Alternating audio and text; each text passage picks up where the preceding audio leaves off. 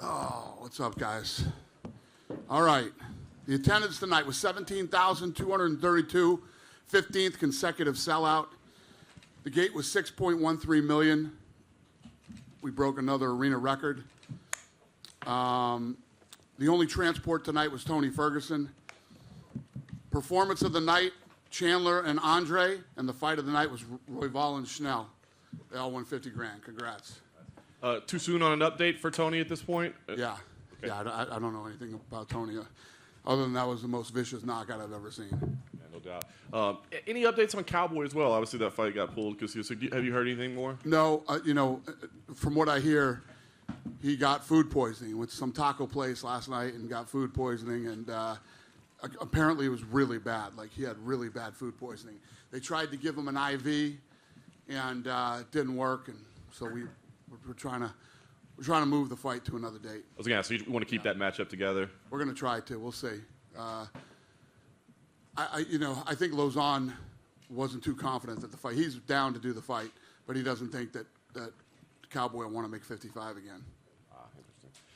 Incredible main event, obviously, as long as it lasted, back and forth. I mean, I guess just your initial thoughts on, like I said, a great main event. It was what I expected. It was what you expected. It was what we all expected. Two seriously bad dudes going at it.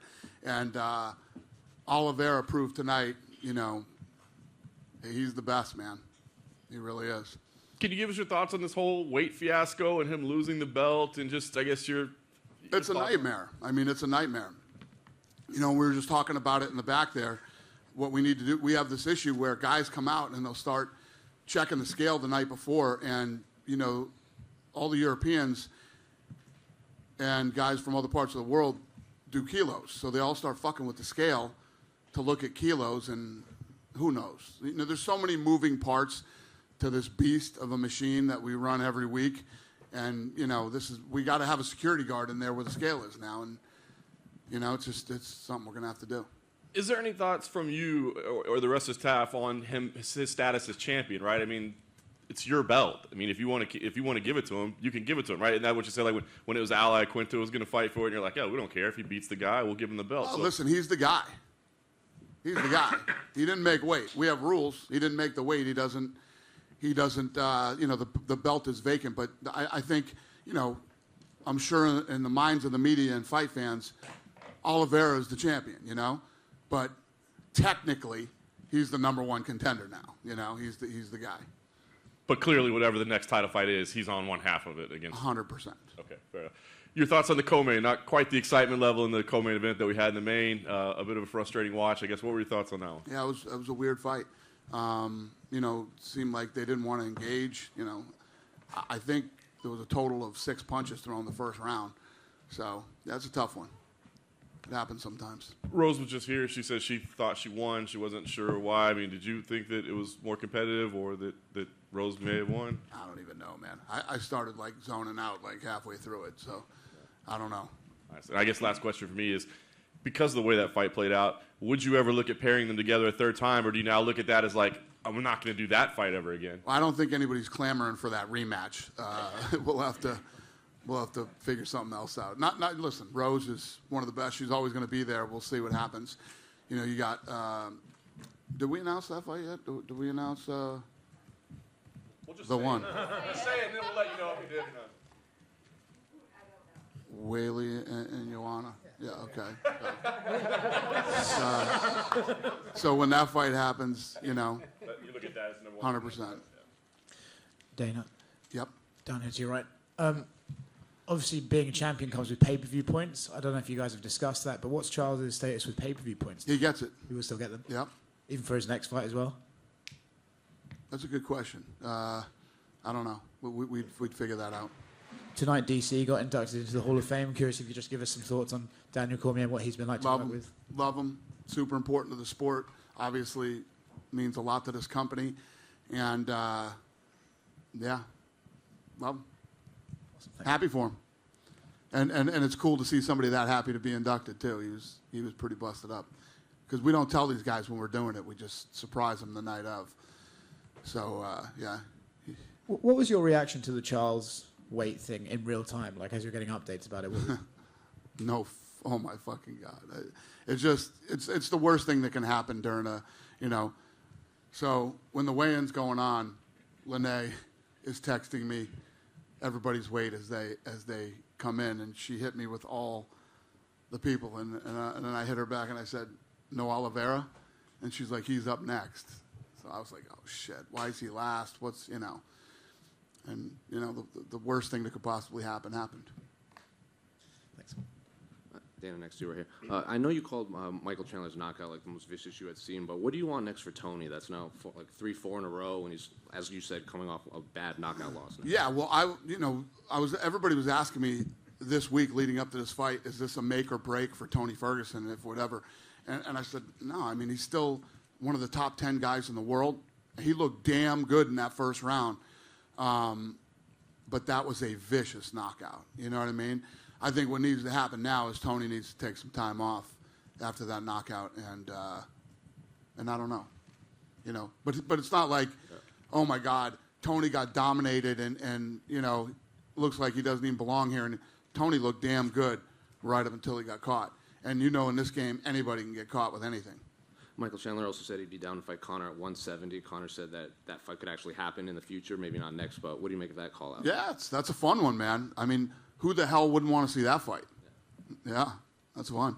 But Conor's not ready yet, so Conor's hurt. So, when Conor's 100% and can actually really start training for a fight, then we talk about what's next for Conor. But listen, who doesn't want to see Chandler versus Conor? Raise your hand.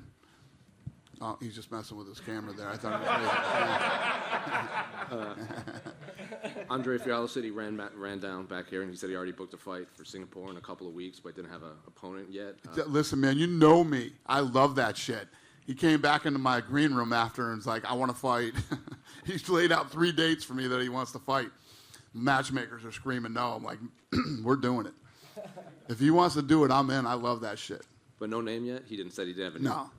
Then do you have to have a conversation with Shogun now? I know he said he wanted 2 more fights, so I would assume next fight would be the end of it. Yeah, I think Shogun is Shogun has 1 fight left. And again, I mean, I'm glad you asked me that question. Anderson Silva. What the fuck is Anderson Silva talking about? When have any of you ever heard me talk negatively, except for the fight in Abu Dhabi, about Anderson Silva? Never. I've never talked bad about Anderson Silva. Not only that, we let the guy, fight through his contract.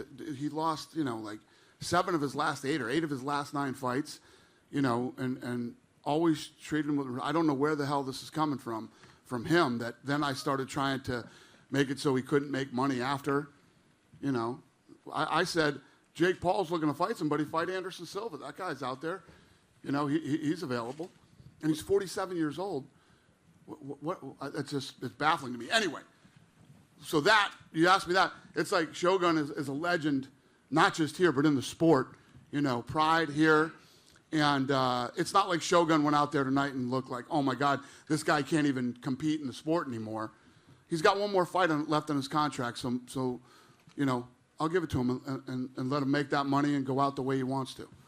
When's the last time you actually talked to Anderson? It's been a long time. But his son hits me up. He wants to come to fights. Absolutely. And this is his house. If he ever wants to, that came out of left field and makes absolutely no sense to me. Unless you guys have heard me say something that I don't remember saying. The only time I ever said anything negative about Anderson Silva was in Abu Dhabi after that fight. Finally, Randy Brown said the fighters weren't allowed to walk out with flags. Is that something that's going to move forward? Yeah. Any specific reasons or just no flag? You know why. You guys know why. Hey, Dana. Let's not even play that fucking Dana, game. I think you had expressed some frustration towards Anderson when he made that comment that the UFC was more of a family back in the day when he referenced Lorenzo being there and how it's been different. Do you recall that one? No. Is that negative? I don't know. He had said that about you, and I think you were frustrated about it. I don't think I was frustrated. Okay. Another question. A lot of people... Did you hear me talk negatively about him? No, I don't think it was particularly negative, but you thought he was kind of out of line when he made that comment, I recall. Thought it was probably weird or something. Yeah. But yeah, never negative. I never said anything bad about Anderson Silva. Tell me something I said bad about Anderson Silva. I think you're right. A lot of people kind of freaking out when they saw that War Room, all the fights on the board and stuff. I know a lot of those have been confirmed. I'm sure you know what I'm going to ask. Nate Diaz versus Khamzat Chimaev. What's the deal with that? Some of those are just placeholders. So when we go in there, we'll have placeholders in place. So none of that stuff are done deals. Those are all, some of them are just placeholders. Some of them are done and some of them aren't. Is that a fight you want to do? Yeah. Has it been offered to Nate? I don't know. And another one was on there was Jones and Stipe. John Jones had come out over the weekend and said the UFC is playing little games and making that fight. Do you have any idea what he's referencing? Yeah, I'm sure he did. You know what? Now, that would be something that I could go, oh, John. If I was John Jones, I'd think the same thing because it's on the board in there. But you can't. That's why we shot that podcast in there, but we didn't announce anything or say anything. That's just shit that's on the wall in there. And that fight is not happening then, no. So no games. John knows what's going on. That wasn't, that's something that people read on the wall, not something that we said is done. And you guys put together Max Holloway and Volkanovski. That was part of the lineup that came out today. Was that always the fight that you guys wanted to do next since it was originally booked for earlier this year? Yeah. Perfect. Thank you. Okay. Hey, Dana. After everything that went on this weekend, Beneil Dariush and Islam Makhachev, you still want to make that fight next? I do. But Joe Rogan just grabbed me in the hallway and told me not to. Winner of that fight, would that be for the number one contender spot? Yes. So then, with everything that went down this weekend, any way Michael Chandler or any other name could be fighting Charles Oliveira for the vacant lightweight strap before that fight, we get the results for that? Yeah, I don't know. I mean, the fight just happened. Brandon Royval, number 6, he got the victory, he got the performance bonus. He called for a flyweight title belt. What do you think he's got to do? He's probably at least one more fight away from that. Yeah, I don't know. I don't know tonight. I don't make fights the night of the fight. Any update on what to do for the flyweight title? Are we going to see the trilogy fight with Brandon Moreno and Figgy? The quadrilogy, rather. Probably not. Yeah, it's probably not going to happen. What's going to happen instead? Well, I'll tell you when we announce it. Appreciate it. All right. Hey, Dana, right behind over here. Yep. The Footprint Center was rocking all night. I think I saw 3 empty seats throughout the night. I'm pretty sure those people were in the bathroom. So what did you make of the crowd tonight? That's always, this is the second time that this place has been incredible. The fans here are nuts. I love it. And after Trinaldo's fight, he said that he stopped aging at 33. Are you ever surprised when he comes out, he's 43 years old, and he looks like he has a lot left in the tank? Were you surprised by his performance tonight? Yeah, no, I wasn't surprised, but no, the guy's a savage. Thank you. Yep. Dana, Duncan here from Fox Sports Australia. Hey, buddy. How's it going? Just back on that Volkanovski versus Holloway trilogy fight. How important is that to Volk's legacy, considering that there was so many question marks over the decision win last time? I don't know if there's any question marks about him now. I mean, that guy, after his last performance, he looked unbelievable, unstoppable. And, it's one of those things as you continue to win and you continue to feel comfortable in there and you continue to feel like this is your house, you only get better. And it's going to be interesting to see this fight. This is the fight that needs to happen. I think everybody wants to see it. It's arguably his toughest test he's had in all of his defenses since he's been champ, and it could be the defining moment in his career where it's like, let's not discuss this again. Let's never have this conversation again. He wants 3 fights this year. How likely is that to happen? Very likely. If he wants 3, we'll definitely get him 3.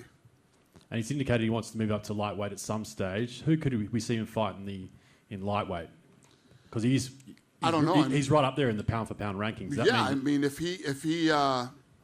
If he continues to win and dominate that division, and he wants to move up to that division, he could take on the champion. Straight away? Sure. Champion versus champion. Yeah, because it's a pretty stacked division. Yeah, it's a nasty division. And just one final one on International Fight Week. Israel Adesanya, one of the biggest superstars in the sport. Just your thoughts on that fight with Cannonier? Yeah, he's another guy. That's what I love about Israel. He always wants to fight. This guy wants to fight all the time. He wants to stay busy. And, he's another guy that's been cleaning out that division. So Cannonier's the next guy. Dana, just one for you right here, to your right. Mm-hmm. Michael Chandler says that he's Dana White's favorite fighter. Can you confirm or deny Who? this? Michael Chandler. Michael Chandler. I like Michael Chandler. Yeah, the Dana White privilege thing is ridiculous. Tonight had nothing to do with Dana White privilege. I had nothing to do with what happened in there tonight. I saw somebody sent me this fucking stupid article that some moron wrote last week about Dana White privilege, and that basically bitching about fighter pay. And then Conor came out with a statement about Tony, and then this guy said, this guy embodies Dana White privilege, whatever the fuck that even means. It's the most ridiculous thing that I've ever heard in my life. So you're bitching about fighter pay, yet a guy like Conor McGregor, who's built himself up, sold millions of pay-per-views and become a star, has Dana White privilege? Fucking one of the dumbest things I've ever read in my life. It's unfortunate that that's just the type of fucking guys that write stories in this sport. But anyway. Awesome event. I hope I answered your question. Hi, Dana. Hi. Mauricio Shogun, he has just one more fight, right, in UFC. Yes. What kind of opponent do you have in mind for him for his last fight? Sir, I love you. The guy just fucking fought 2 hours ago. I have no idea who he's going to fight when he fights again. Sure, fair enough. For you, what makes more sense? Conor fighting Michael Chandler, Charles Oliveira, Kamaru Usman, since everybody's calling him out? Yeah, I mean, he's the biggest superstar in the sport. So, everybody's going to call him out. I think that, first of all, talking about Conor he's not ready. When Conor's 100% healthy, you look at what the leg, like I'll give you an example. You guys, for the last however many months, want to talk to me about Conor. I would have never said Chandler in a million years. And then tonight happened the way that it happened, and Chandler says, hey, Conor, let's fight. And Conor's like, yeah, you know what? I actually would like to fight you. I think it would be an exciting fight. So by the time Conor is ready to actually compete, who knows what's going to happen? Who knows what the landscape's going to be? But I promise you, we'll make a good one. And Dana, right back over here again. Yeah. If you were, for some reason, to listen to your friend Joe's advice and make Makhachev versus Oliveira, is there a potential for a Dariush Chandler matchup? I haven't heard many people speak about that. Is there? Would that matchup interest you? I don't know, brother. I don't know. When I get up here after a fight like tonight, I'm not even thinking about that stuff. Tuesday, we will get back into the war room. We'll put some shit on the board that might happen. We'll put some shit on the board that will happen, and we'll figure it out. I don't know tonight. But, I'll give you this. I'll be honest with you. I get it. Listen, who doesn't think Dariush and fucking Islam is a great fight? I mean, it's a fucking killer fight. I would love to see that fight to see who the number one contender is. But I'm not going to lie. After tonight, I don't mind, I'm like, I wouldn't mind doing Islam versus, Oliveira either. So we'll see what happens. We'll get in the war room and argue about it and figure it out. Thank you. Thank you. Dana, do you have any updates on when you are planning on going to Salt Lake City? Yeah. Did we announce that? Soon, my friend. Soon. We are definitely coming to Salt Lake City, and it'll be soon. You good? Have a good.